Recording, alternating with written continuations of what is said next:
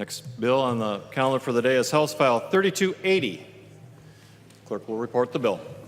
House File number 3280, number 4 on the calendar for the day, an act relating to the environment, second engrossment. I recognize the member from Aitken, Representative Lueck, to introduce his bill. Thank you, Mr. Speaker. Members, House File 3280 adjusts existing state law that previously directed MPCA to develop and implement a new sulfate effluent discharge standard, commonly referred to as a wild rice sulfate standard. MPCA adopted a standard back in 1973 based on rudimentary experiments that were conducted in the 1930s and 40s. Today, there's general agreement that that standard, which is 10 parts per liter does not accurately reflect the science. During the past 45 years, MPCA has elected not to include that 1973 standard in any of the over 1,000 national pollution discharge elimination permits that they issue and manage and reissue every 5 years. Recently, MPCA attempted to add a new standard or revise the existing one, and that is ended in rejection by 2 administrative law judges. First, the law judge that oversaw the actual rulemaking process, and then on appeal, the chief judge again rejected their effort to replace this obsolete rule. In 2015, when this started on the rulemaking process, the legislature realized that we had an issue here, and we directed, the governor signed into law a bill that suspended MPCA's effort to actually enforce that 1973 standard, which they had never directly enforced to begin with. What House File 3280 does is 3 basic things. First, it reiterates already existing guidance to MPCA to refrain from trying to impose a standard that there's wide agreement that it is not based on the science of today. It lifts a deadline that is now unrealistic that would have required MPCA to complete that rulemaking by 15 January 2019. And it further restates what MPCA can and can't do relative to that old standard, basically eliminates that old standard. Those are found in sections 1, sections 3 through 8 of the bill. The second thing the bill does is it includes legislative findings. Rarely do we do that as a body, but it's very important that these findings explain precisely why we're doing what we're doing, and that's critical for a couple of reasons. First of all, we want to make it clear to our state agencies and all the citizens of Minnesota, including our tribal members, that the legislature finds wild rice to be a very important, ecologically and culturally valuable aquatic plant, and it is in fact to be protected. That's basically what Section 2 does. The third part, which is Section 9, the very end of the bill, is it brings the Department of Natural Resources back into this process, directs them to pick up and complete some research work that they began literally 10 years ago. It provides a little bit of funding to make sure they get that process going, to come back to us in January of next year to further ascertain exactly what we need to do to ensure we continue to protect wild rice. Mr. Speaker, members, that's a brief outline of the bill. This is a bipartisan effort, and in advance of the discussion today, I do want to thank Representative Metsa, Eklund, Sandstead in particular for their hard work. We've been working on this for a good while, and some of you will also remember that Representative Ansell, Representative Dill, and Representative Moline also worked on this in years past. So with that, Mr. Speaker, I would stand for questions. There is an amendment at the desk. The clerk will report the amendment. Sundin moves to amend House File number 3280, the second engrossment as follows, and the amendment is coded A10. Recognize the member from Carlton, Representative Sundin, to explain Thank you, his Mr. amendment. Speaker and members. We've been muddling through this issue since 1973, and if you turn back the clock a little further, back in the 40s, some of the science first came through, and we've done so very ineffectively. And I'd like to thank Representative Metsa for consulting with me on this and allowing me to carry this amendment. It's a good one, and coupled with his amendment, we can move forward on problem solving rather than contentious debates that go on behind the scenes here. So I need to reflect on a conversation that I had about 10 days ago with one of the tribal leaders from my district. He came into my office and he says, let's find solutions. Let's sit down. The science is in front of us. Let's sit down and find solutions. All this amendment does is actually puts a little bit of money behind the good intent of some of the people here, and coupled with the time extension from Representative Metsa, this gives tribal leaders and everybody a little bit more breathing time and some resources to find a solution rather than continue this contentious debate. Thank you, Mr. Speaker. There is an amendment to the amendment at the desk. Clerk will report the amendment to the amendment. Metsa moves to amend the Sundin amendment to House File number 3280, and the amendment to the amendment is coded A14. I call upon the member from St. Louis to explain his amendment to the amendment. Thank you, Mr. Speaker and members. And essentially what this amendment does is it allows one more additional year for the tribal governments, the DNR, and other stakeholders to work together to find meaningful solutions and alternatives that we know, based on some of the reportings that have come out in the 2008 legislative findings on wild rice, which I'm sure Representative Lewick can supply you all with. I want to speak to something else right now, though, too. This amendment gives us an extra year. But my understanding is this body's not going to give us anything in regard to this.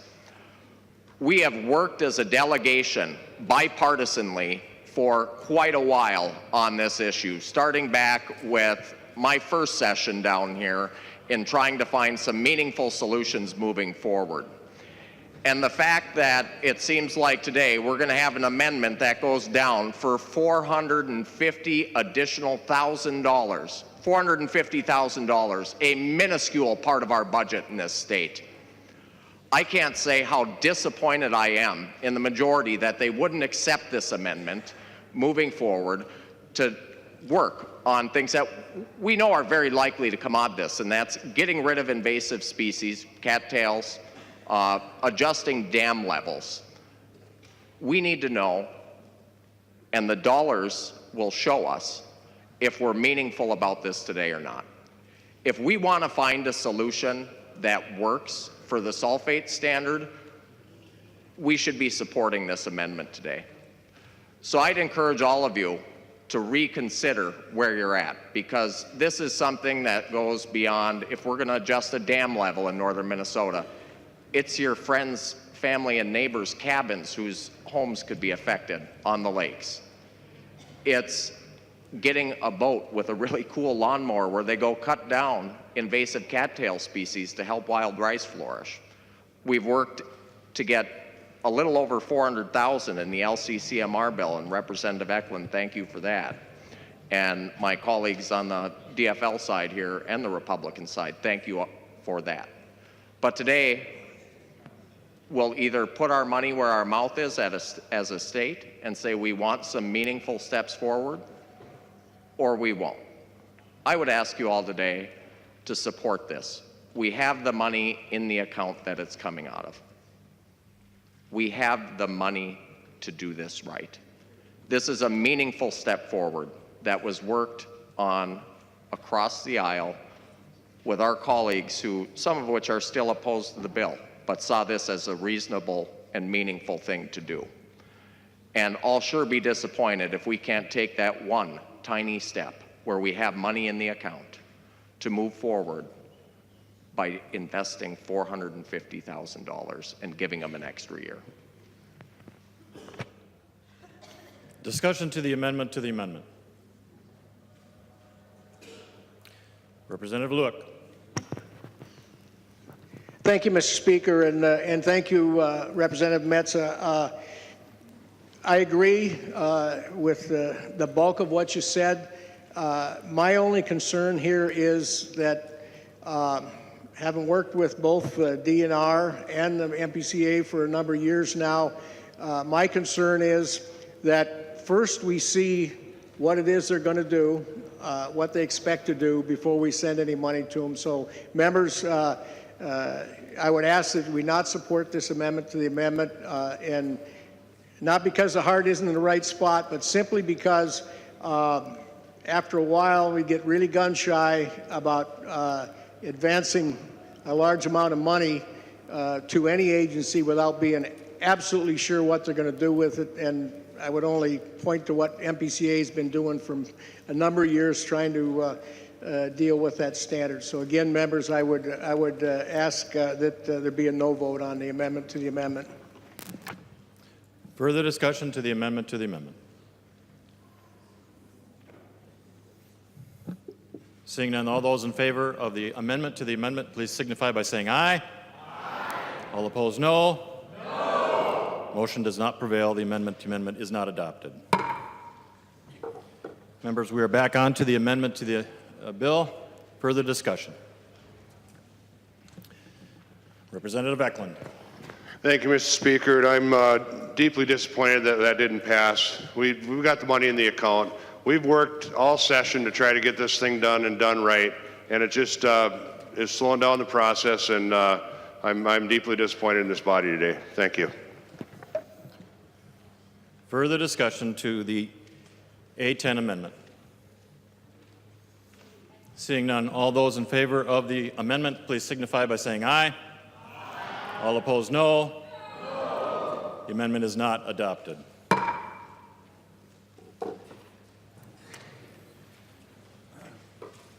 There's another amendment at the desk. The clerk will report the amendment.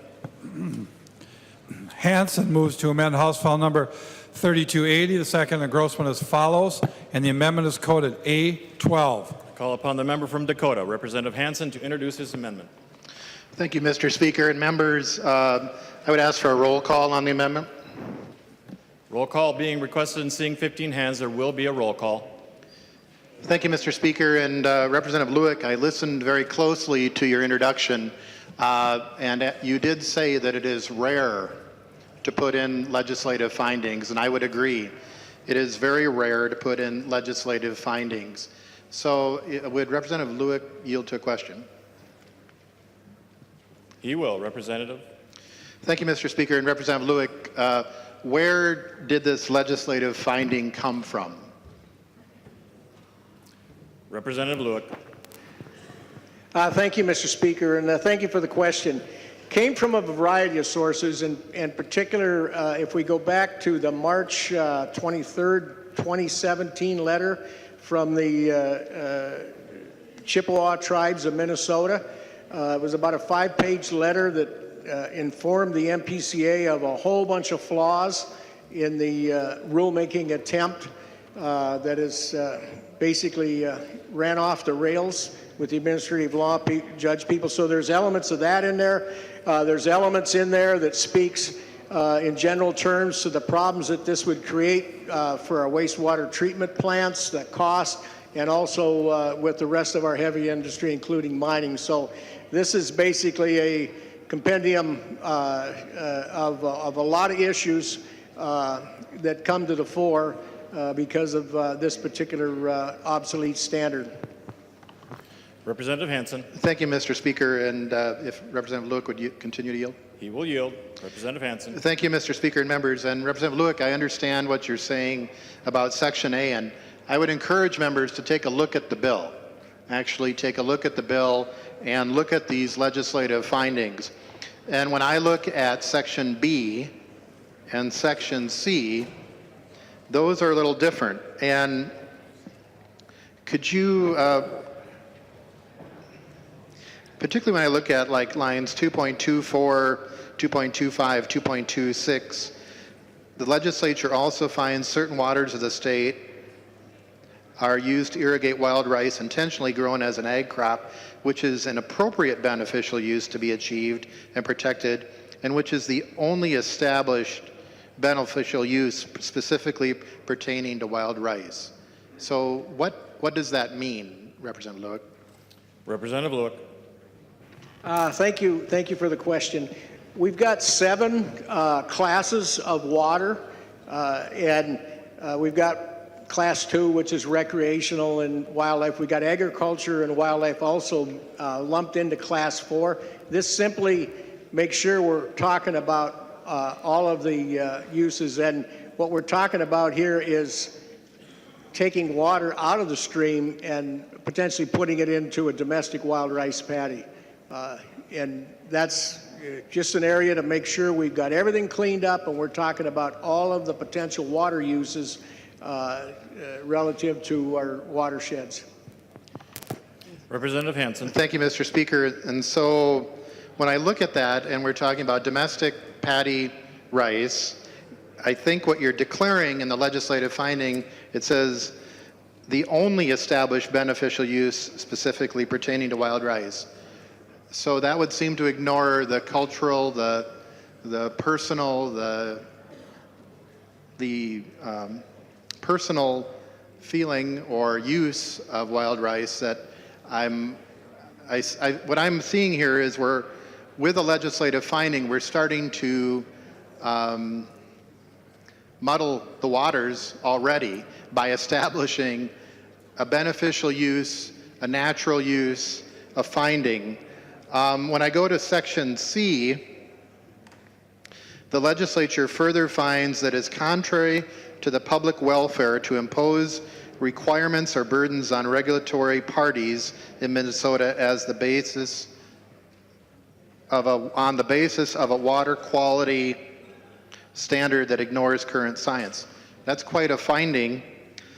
I pulled out my handy Constitution, and that the object of government is instituted for the security, benefit, and protection of the people, in whom all political power is inherent, together with the right to alter, modify, or reform government whenever is required for the public good. The public good. The finding you have is talking about the regulated party's good and tying it back to public welfare, the public good versus the public welfare. Members, I would ask you again to read the findings, and that the amendment that I'm doing to take this out, Representative Lewick said it is rare to put findings in law, and I would agree. And I would ask you and encourage you to remove this.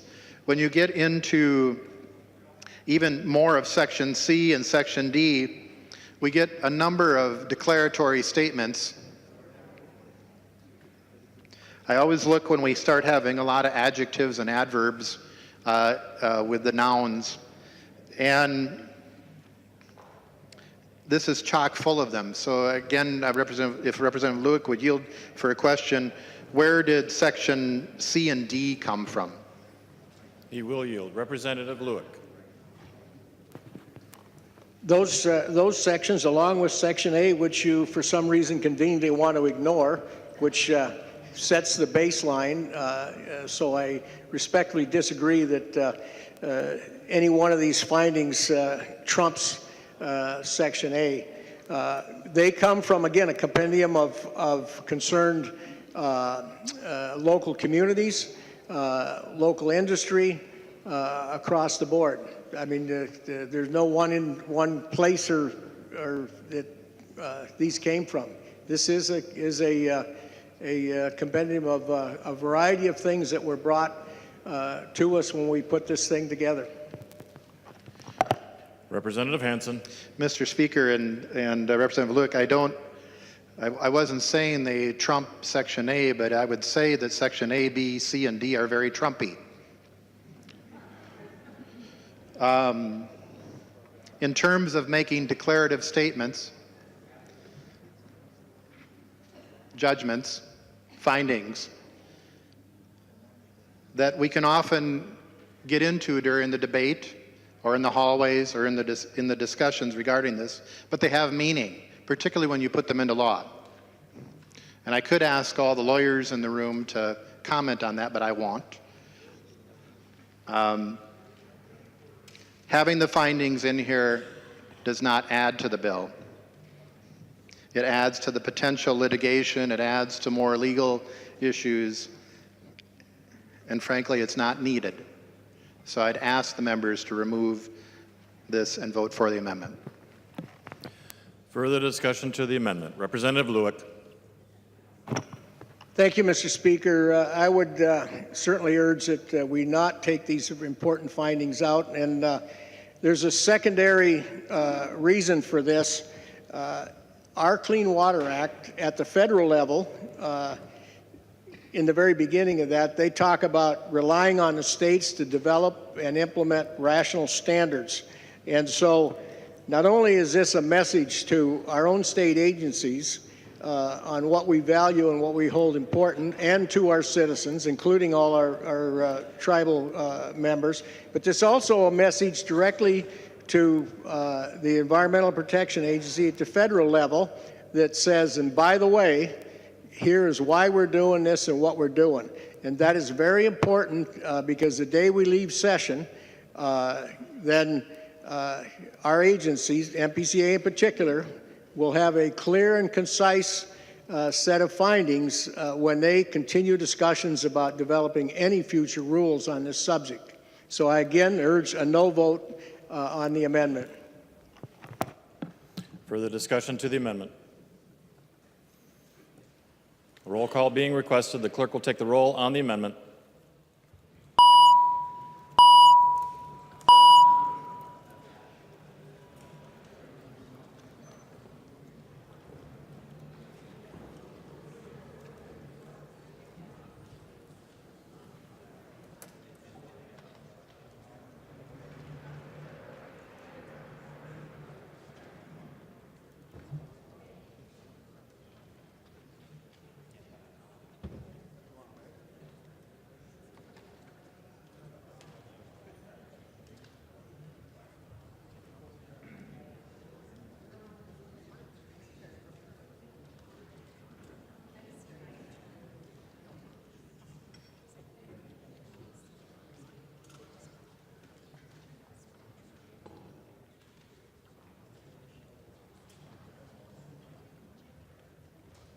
Clerk will close the roll.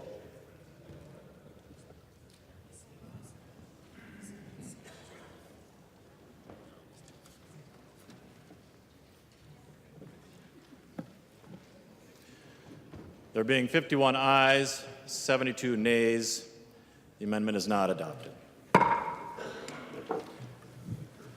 There are no more amendments at the desk. The clerk will give the bill its third reading. Third reading, House File Number 3280. Third reading. Discussion to the bill. Excuse me. Representative Pepin. Mr. Speaker, this is an important issue, and I'd like to request a call to House.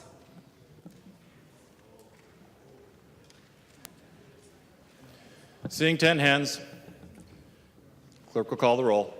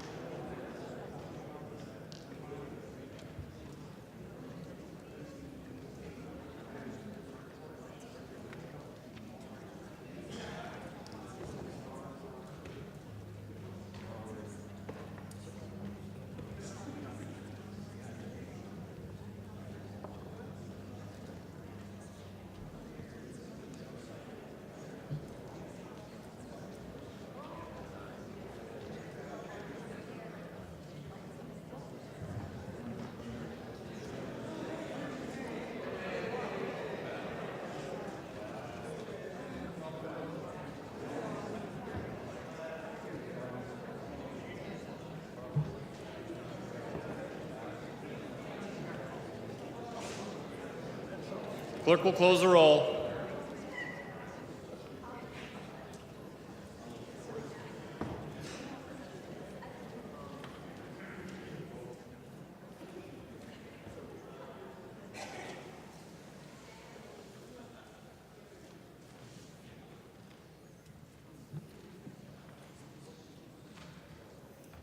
Members, we are on third reading. Any further discussion? Member from St. Louis, Representative Schultz. Thank you, Mr. Speaker. I rise to urge members to vote no to House File 3280. House File 3280 harms our state's wild rice. Wild rice is our state's grain. It's culturally and economically important to many American Indians in Minnesota, and it provides critical habitat to game birds. The 10 parts per million sulfate standard is based on sound, scientific, academic research conducted by chemists, biologists, hydrologists, and limnologists from the University of Minnesota and from the MPCA. They've conducted statewide intensive field surveys and experimental results. Researchers like Dr. Amy Mybrow, Dr. John Pastor, and Dr. Daniel Engstrom at the University of Minnesota. And they've demonstrated that sulfide produced from sulfate is harmful to wild rice at multiple stages in the plant's life. Sulfide is toxic to nearly all organisms, and the process that produces it also releases mercury. So adding more sulfate to our lakes will also lead to more mercury in the fish we catch and eat. Currently, Twin Lakes, Sandy Lake and Little Sandy Lake have no wild rice. They are downstream from the Mintac iron ore tailings basin. In 1966, a wild rice lake survey was conducted that found dense stands of wild rice covering both lakes. After Mintac was established, a new survey was conducted in 1987. They found little to no wild rice on the lakes. They found that sulfate levels on the lakes ranged from 210 parts per million to 661 parts per million in 2010, levels that are harmful to the production of wild rice.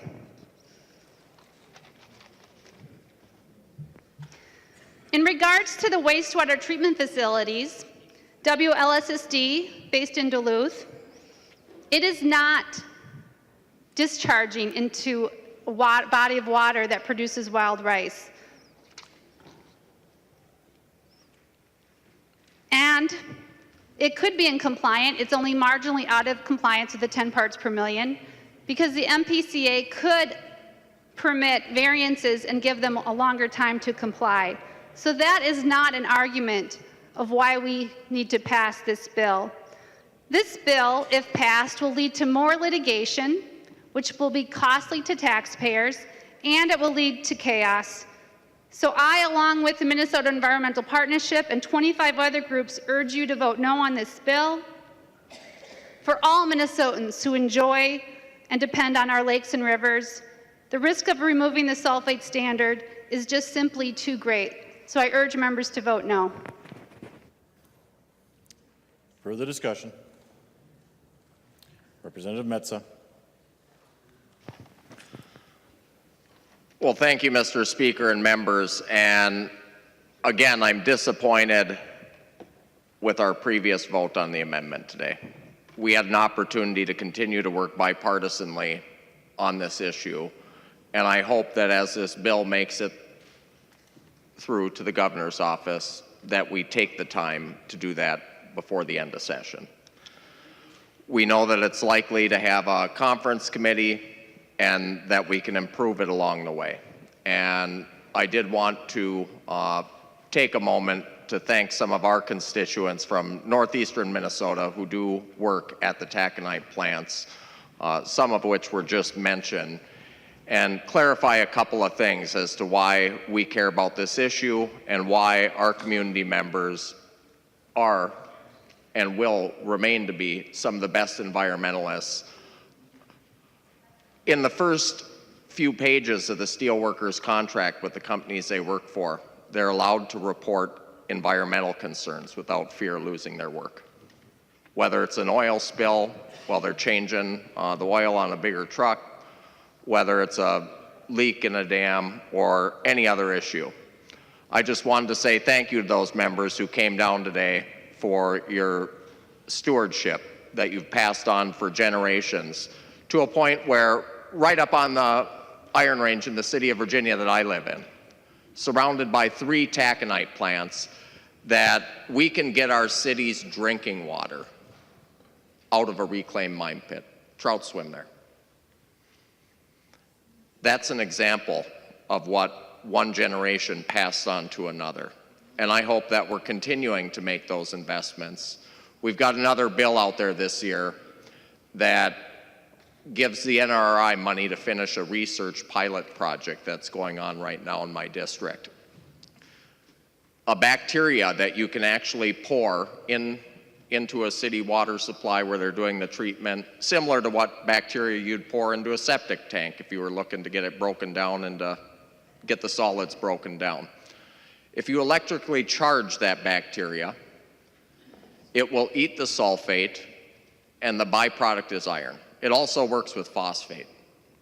This and these type of investments are what we should continue to do as a body, so that the same way that our parents and grandparents left things a little bit better for us and able to make it work so that we could get our city drinking water out of a reclaimed mine pit, that we're leaving those tools and making those investments so the next generation can do it better.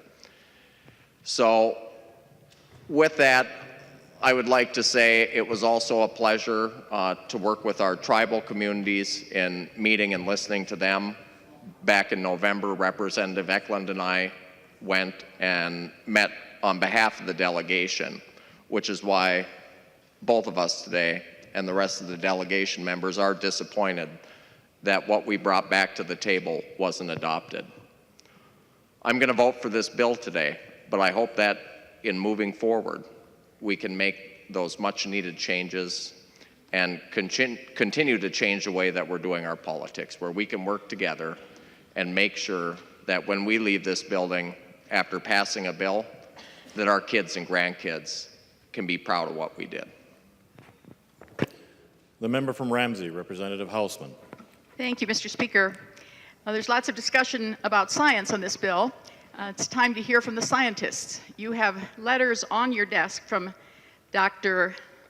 Daniel Engstrom and Dr. Amy Mirbeau. They cared enough about this issue. They are also in the gallery. The two of them have joined us in the gallery, the people who did a good bit of the work on this. Thank you so much for being here. I'd like to just reference those 2 letters briefly.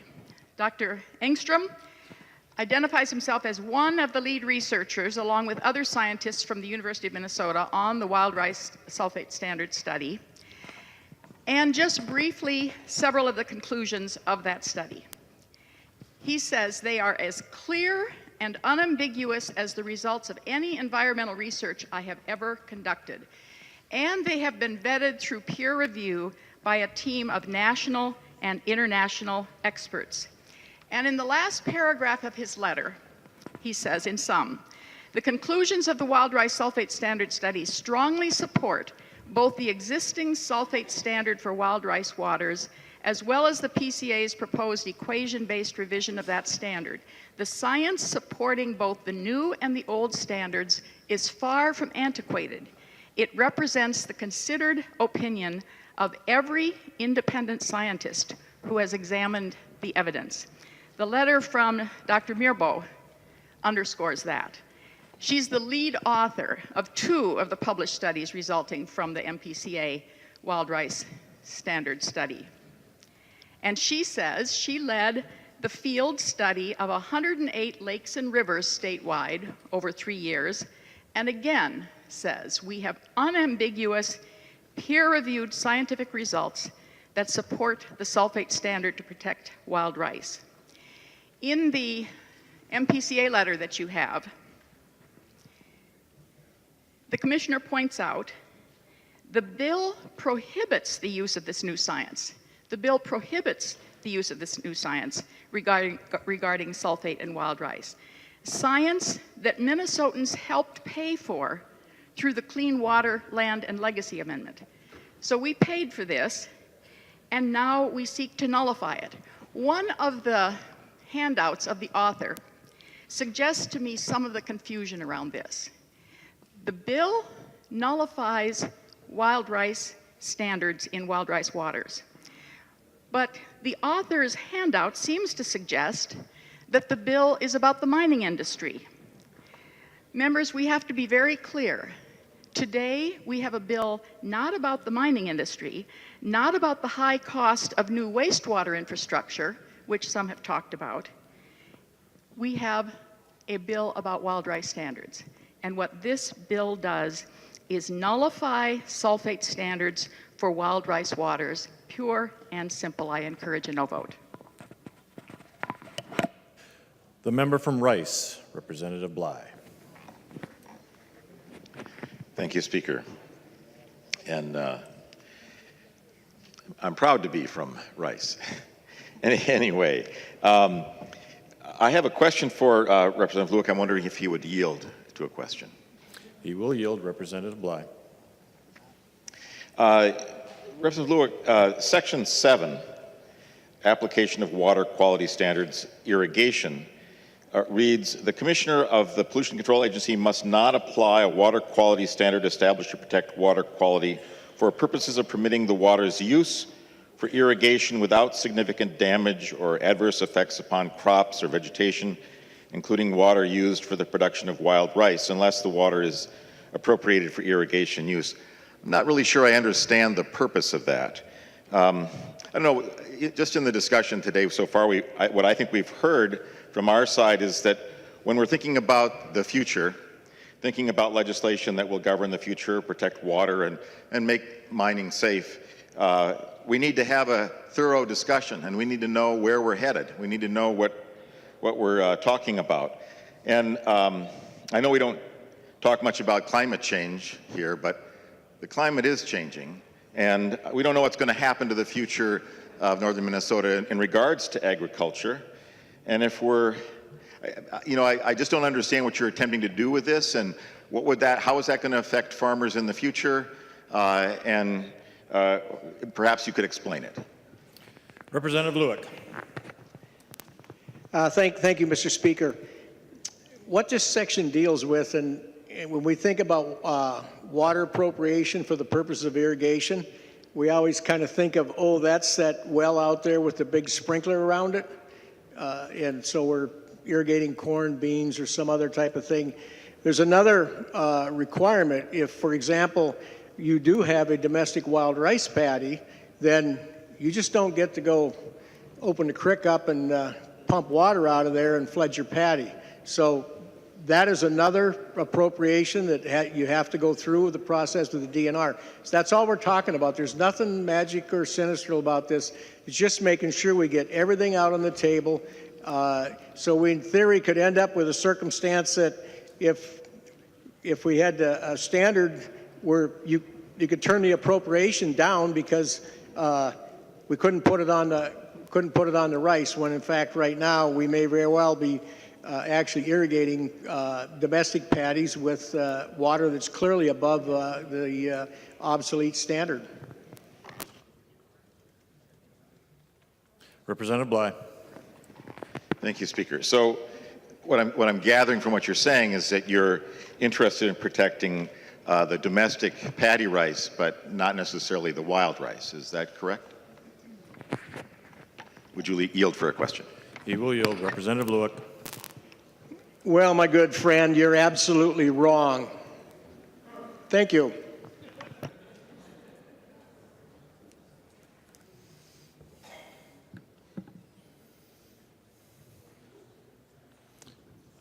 Member from Hennepin, Representative Allen.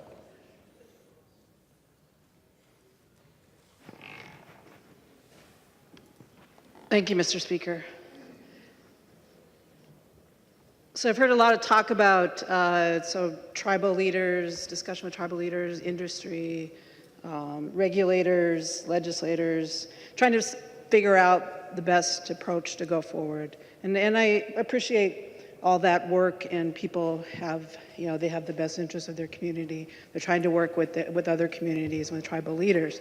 But we forget that there is a higher authority, and for Ojibwe people, that is women. And women are the carriers of the water, and wild rice is part of the Ojibwe origin story. And so I look to Ojibwe elders, to women, to hear what they have to say about this issue. And what they say, well, first every summer they walk along the rivers of the U.S., thousands of miles over the last 5 years, to care for the water. And they're the water walks, and I think some of you are probably familiar, Sharon Day. And so what do? They say, why are they walking? They say that we don't want to fight with others. We don't want to fight with the mining industry. We don't want to fight with our neighbors, our friends. So we want to work with you. And she invites everyone to walk with her to care for the water. And so the role of women, it has always been that women care for the water by offering prayers to the water and by carrying the water. And so when at the time that the treaties were treaty making era, treaties are supposed to be interpreted as Indian people understood them at the time. And that's a U.S. Supreme Court rule of construction. But think about at the time what the concept of for Europeans about ownership and of land and waters. But Ojibwe people don't have a word for ownership in their language. And if you listen to Dr. Anton Truer, who's a historian, he talks about in Ojibwe language, the only comparable word is measure, is our relation to the land, to the water. And so at that time, what did they understand? When the treaties were first started mainly in New England, the treaties were peace and friendship treaties. At that time, tribes, nations were great powers, and so they entered into treaties for friendship and peace so that they could help, whether it was the English or the Spanish or the French. They were claiming that they had a right to certain lands and to conquest. And so they relied on Indians to protect them, so that they would agree that they would not support the English. The English would enter a treaty so they wouldn't support the French, and so that they would be allies. And then later, as Spain and France and Britain, English became stronger, then the treaties became cessions. And so because Indians, tribes, pre-exist the Constitution, they had seen as having inherent rights. And so those inherent rights were centered around this measure, this relation to the land.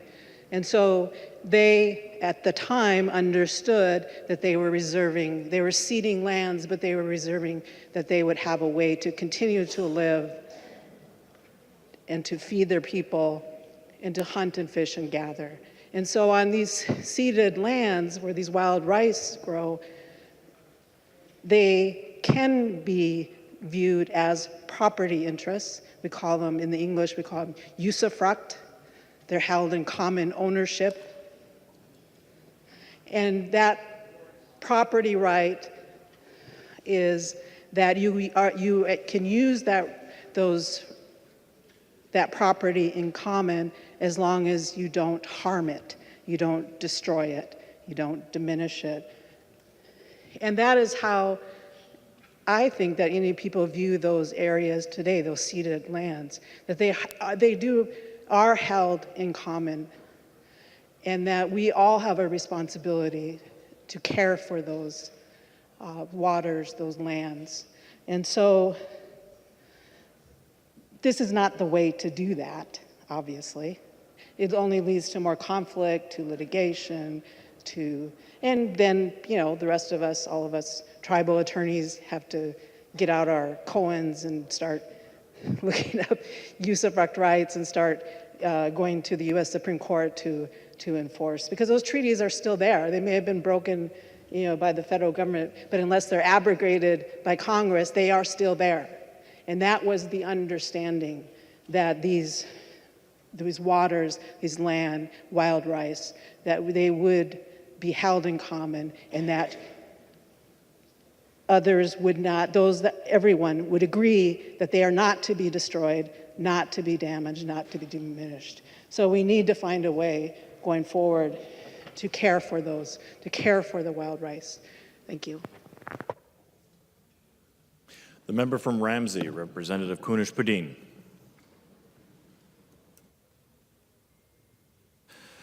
The member from Hennepin, Representative Flanagan. Thank you, Mr. Speaker. So I rise today to speak in opposition of this bill. I have two letters that I've passed out that you'll find on your desk, one from the Minnesota Chippewa tribe, of which I am a member, and one from the Leech Lake Band of Ojibwe. Representative Lueck talked about including our tribal members, talked about what kind of message we want to send to the tribes. Well, I think the message has been received. The tribes have come together, at least the MCT, the Minnesota Chippewa tribe, to say no. I spent a little bit of time lately traveling across the state and having conversations with tribes and tribal leaders. What I have heard consistently from tribal leaders is they want meaningful consultation. Frankly, it's all we've ever wanted, is meaningful consultation. There's an opportunity for us to come up with a science-based solution, but also to come up with a culturally based solution. These things need not be forces that are working against each other, but can work together. As Representative Allen so eloquently talked about treaty rights, which are, by the way, a supreme law of the land, that too often Native people has been seen as an obstacle, what you might call a quote-unquote Indian problem. And what this bill threatens to do is it threatens our very existence as Native people. And here's how. I'm going to read directly from the letter from the Leech Lake Band of Ojibwe because they say it better than I ever could. As Anishinaabe people, we have many traditions and cultural traits that we hold sacred, none more than Menomen, or wild rice. Ojibwe prophecy, which we hold as natural law, states that we are instructed by the Creator to follow the Migis, or cowrie shell, west along the Great Lakes until we reach the place where food grows on water. Our ancestors were told that this is sacred food that will sustain and provide life for the Ojibwe to live here in what is now known as Minnesota forever. For generations, Anishinaabe people have kept these waters, the Menomen stronghold they are today, and it was not through legislation or research, but through respect. The significance of that Menomen holds to Ojibwe people cannot be overstated. And I think it's possible for us to take a step back and work together. But this is not the way. This is not the way.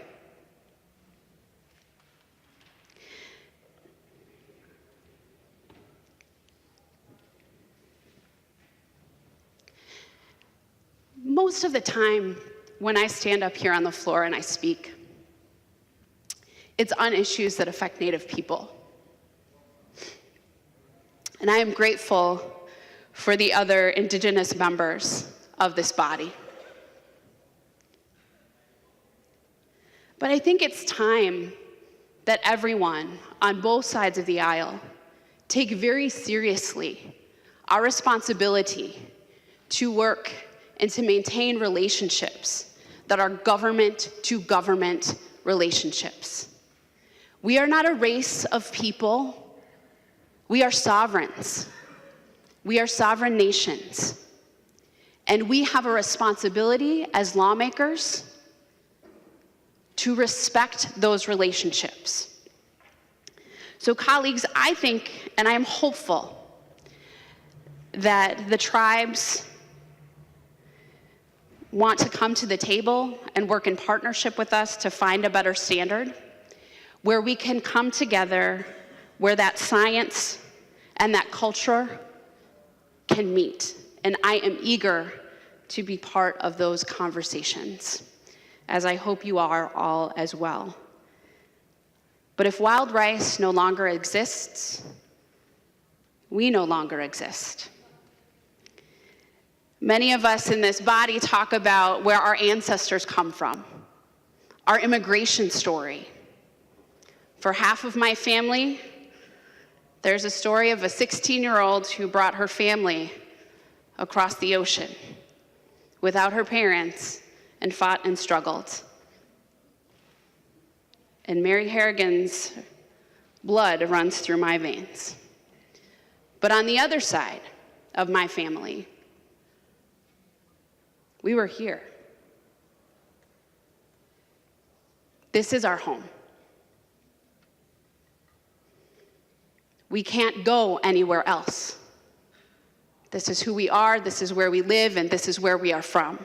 So if Monoman, if wild rice goes away, so do we. Maybe that's the point. Thank you. The member from Nicollet, Representative Johnson C. Thank you, Mr. Speaker. And members, I think the last two speeches have said something very powerful to us. I don't often talk about it. I don't know if I've talked about it on the House floor, but many years ago, about 40 years ago, in fact, I served as a legislative assistant to Senator Quentin Burdick. He was a senator from North Dakota, and I worked in Washington, D.C. And I had really the honor, and I mean the honor, of handling the Indian Affairs portfolio for Senator Burdick. And Senator Burdick had a distinct relationship with the tribes that was born of respect. And I think when I reflect on it today with this bill, it's very apt, and I think I want to share fundamentally what that really a great North Dakota senator taught me. It's a lesson that learned 40 years ago, but it's a timeless lesson. The first fundamental lesson that he taught me was just to deeply respect the sovereignty of the tribes. You don't often hear that from non-Indian people. You did from Quentin Burdick, and today you're hearing it from Clark Johnson. That we have to, as a people, deeply respect the sovereignty of our tribes. It's fundamental to the relationship we have had, have today, and more importantly, we need going forward. I had the opportunity many times to sit with him in the office, and the tribes would come in and he'd say, I remember Rose Cloteflies High from the 3 affiliated tribes. And he'd say, Chief, he'd say, what do you need? And she would lay out what their goals were coming to Washington, D.C. He'd point to me and he'd say, listen to this, let's see what we can do for this for the tribe. The second lesson then I learned from Senator Burdick was to always listen and treat with respect the viewpoints of the tribal people, the viewpoints of the Native people on issues that are critically important to them. I think the last two speakers made it real clear. This is an issue that's critically important to the tribes. It's demonstrated clearly in the letters that we received today. So the lessons that I learned 40 years ago, I encourage you to adhere to as well today. Show the respect for sovereignty of those tribes and to listen and respect those views expressed by the tribal people. We do that today by voting no on this bill. The member from Roseau, Representative Fabian. Well, thank you, Mr. Speaker, and members. You know, the question was asked earlier, why are we here today? I'm not an attorney, nor do I want to be. I would encourage members to go and take a look at the Chief ALJ's ruling that came out recently. And let me start by saying we all want abundant wild rice. You know, the notion that we don't, I don't find that to be very helpful. I think that we all do, and I think that we should all work together in a collaborative way to make sure that we do guarantee that. But the fact of the matter, members, is that the 10 milligram per liter numeric standard is a standard that was adopted in the 70s, and members, it has never, until recently, been written into a permit. The 10 milligrams per liter standard, the numeric standard, has never been enforced, ever. So we need to take an objective look at where are we and where are we going. And the Chief Administrative Law Judge, in her ruling recently, lays out a pretty clear path about what should happen. And in her ruling, she talks about the Minnesota Administrative Procedures Act. And I don't know if you've read the report or not, but if there is a legal woodshed to be taken to, I think the Minnesota Pollution Control Agency has been taken to the Administrative Law Judge's, Chief Administrative Law Judge's legal woodshed.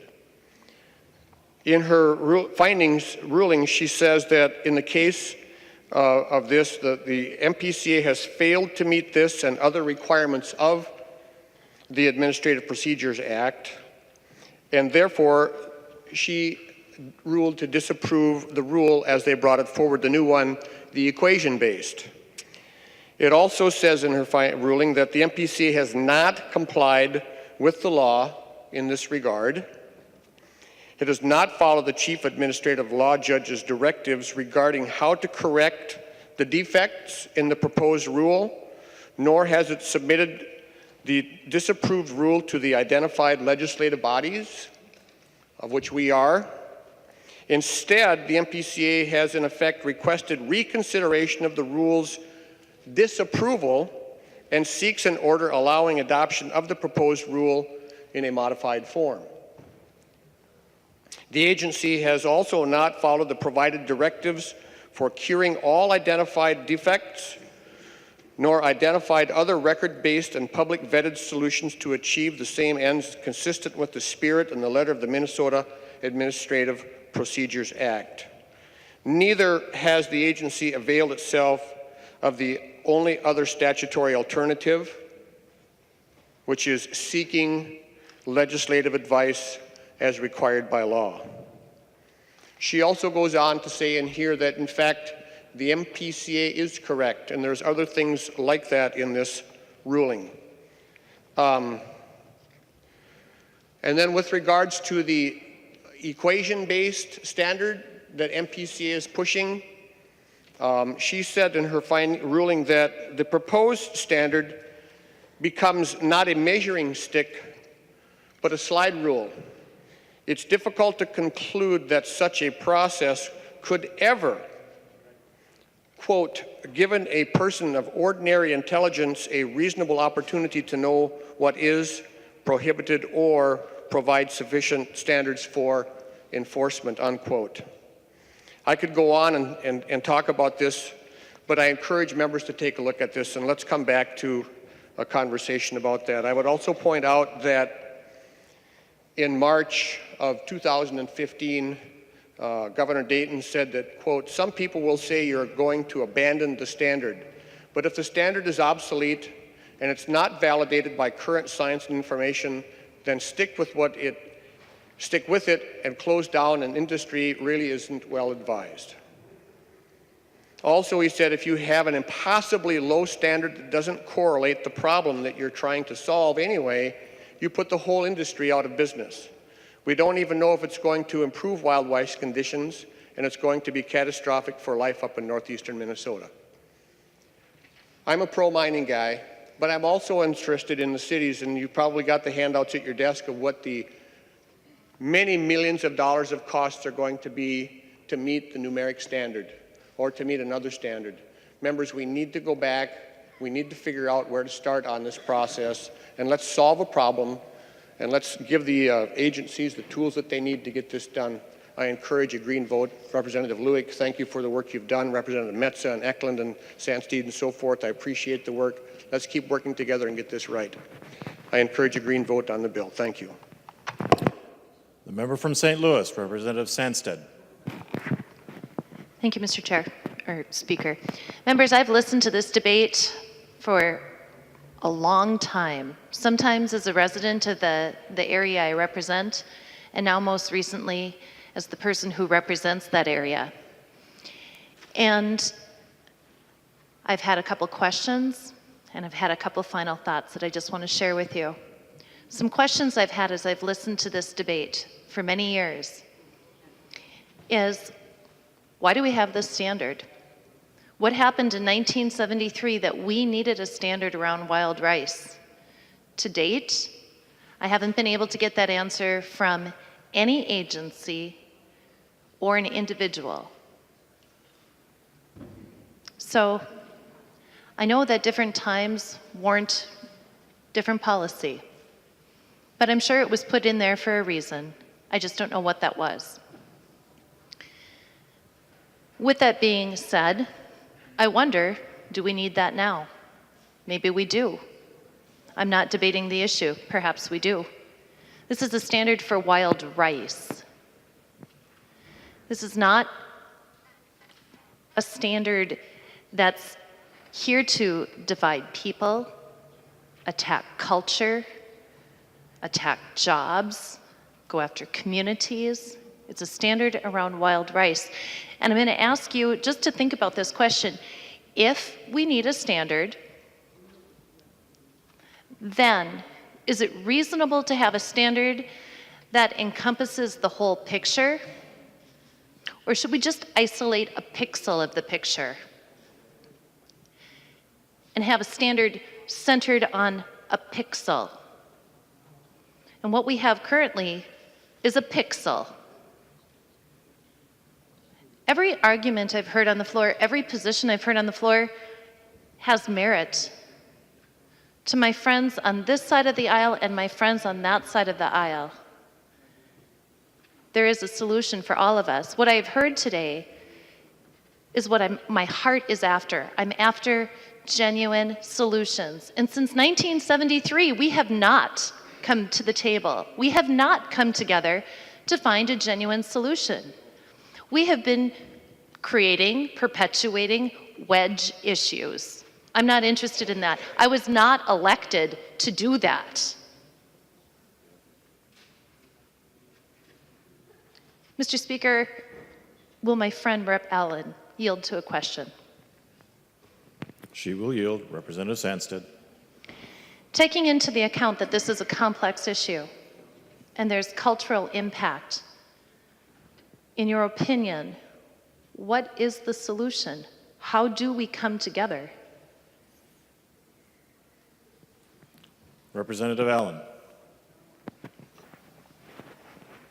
Thank you, Mr. Speaker. Representative,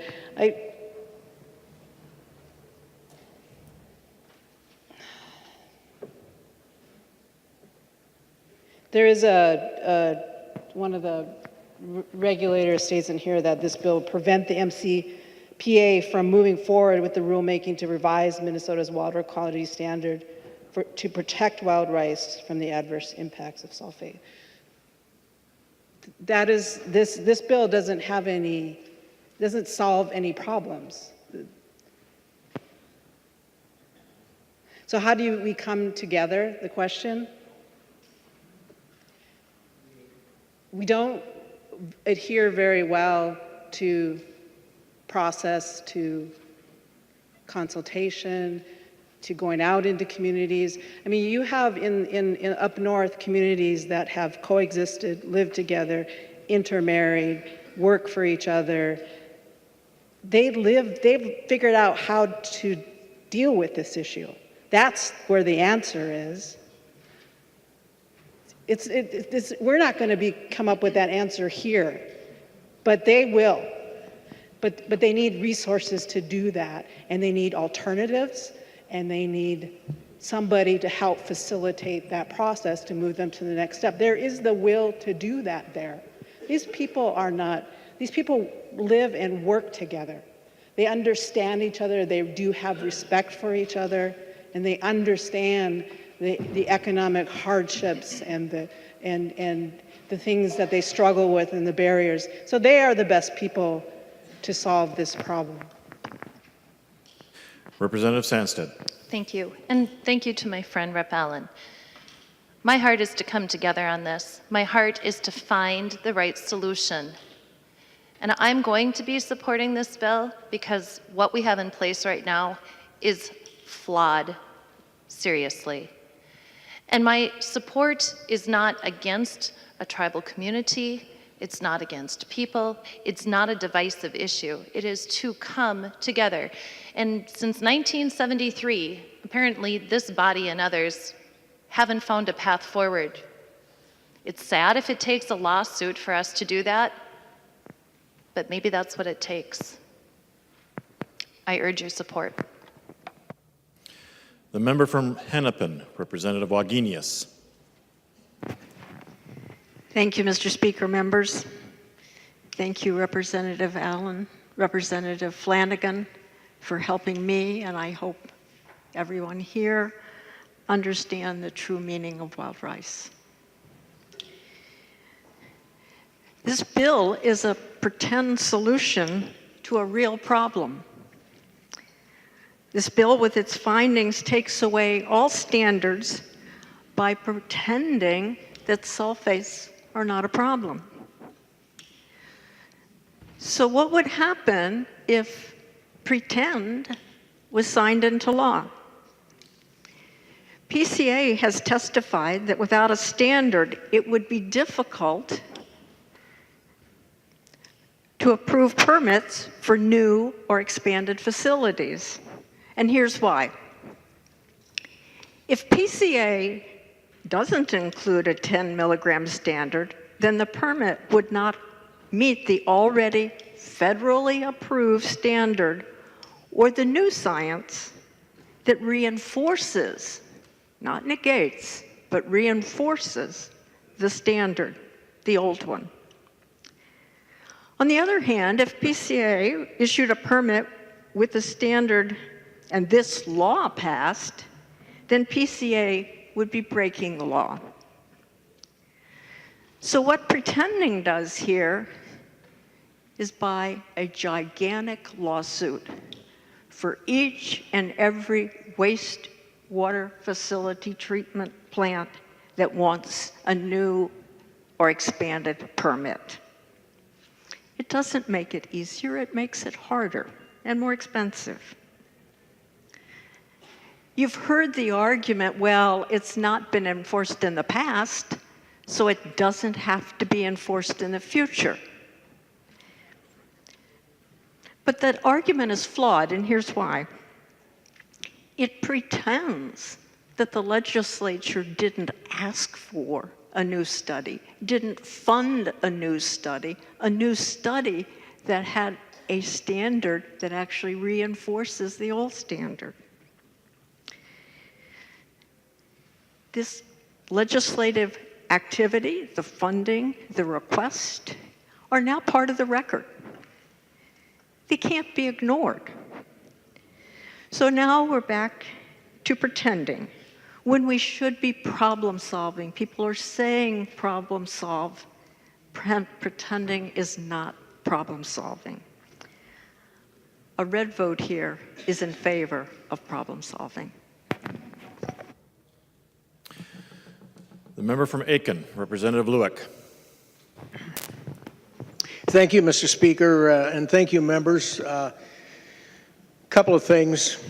First of all, on the matter of not listening to our brothers and sisters, tribal members, if you take a look at those findings, some of those words are literally lifted right out of documents that were sent barely a year ago to MPCA, signed by 6 tribal chairmen and women that laid out the very issues that our state agency has not performed on, and starts with recognition, first and foremost, that's priceless value to the people of Minnesota. We're talking about wild rice. And it goes on for a couple pages, and then right at the end, and they're talking about the standard that was literally destroyed, as Representative Fabian spoke of, by the administrative law judge folks. Propose a complicated, difficult to implement equation for deriving site-specific criteria that itself relies upon data that the state currently does not have.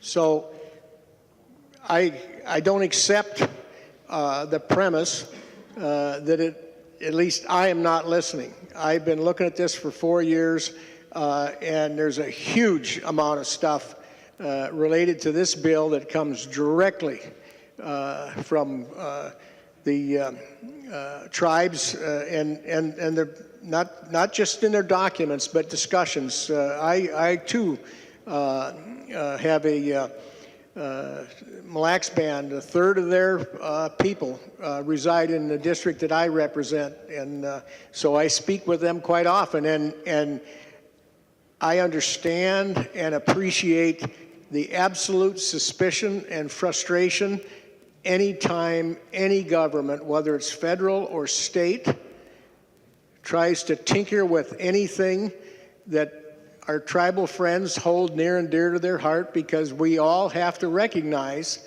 that if you look back for the last 400 or 500 years, it's not worked out very well. But I just want to assure and state for the record, I am one that's listening, and I'm borrowing some of the very elements that were put forward over the past couple of years to our state agencies that they've ignored. So I'll say no more on that. There's a concern about mercury. If you look at some of the handouts, there's a little quick thing there.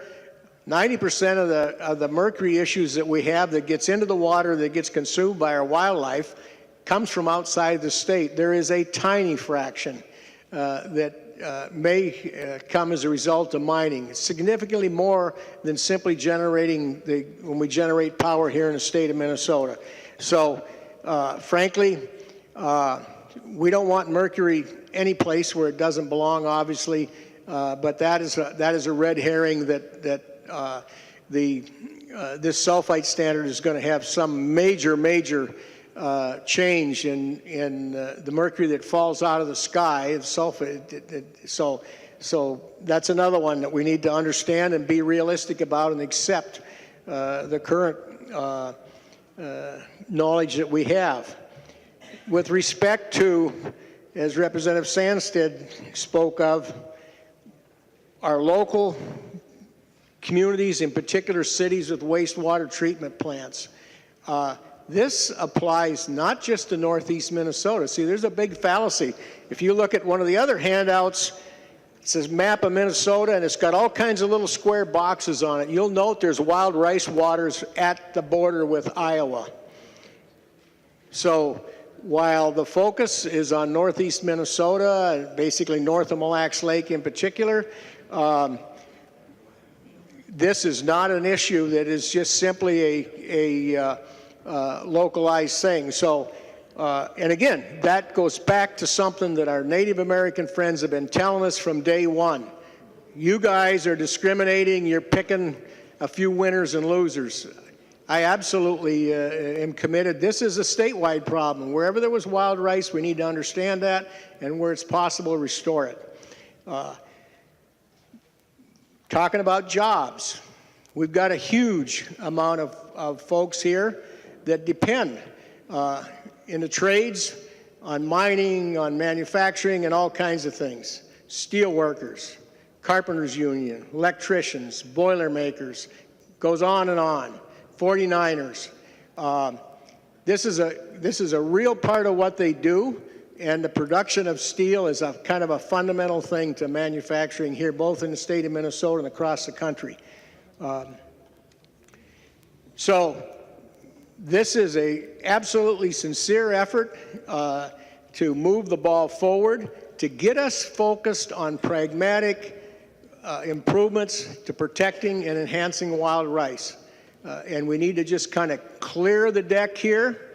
Let MPCA go back to the starting point. There's nothing in here that prohibits them from taking the science that we have today and any that shows up in the future and moving it forward again. I mean, it was very clear. The administrative law judge says you can't ever do this, and nor do we. In fact, I personally encourage it, as does the legislature. That's what MPCA does. So with that, I would encourage everybody to support this. It by no means removes anything from relative to protection of the environment.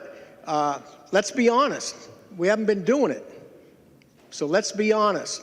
And to not admit that and say, you know, we need to take a turn in the other direction and go out there and fix this stuff, that's where I'm at on it. So again, members, I would just encourage a positive yes vote on this, and we will continue to move the ball forward because what it's about is protecting the wild rice. Thank you, members. Clerk will take the roll. Members, reminder that the House is under call.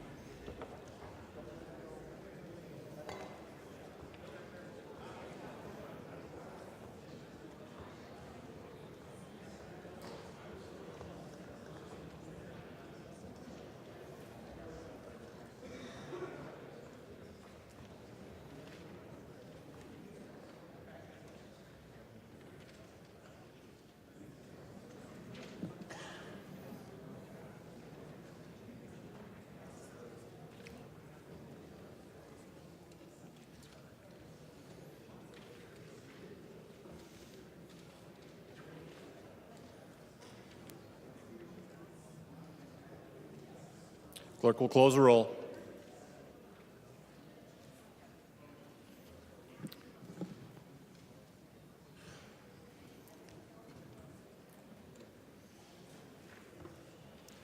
There being 78 ayes, 45 nays, the bill is passed and its title agreed to.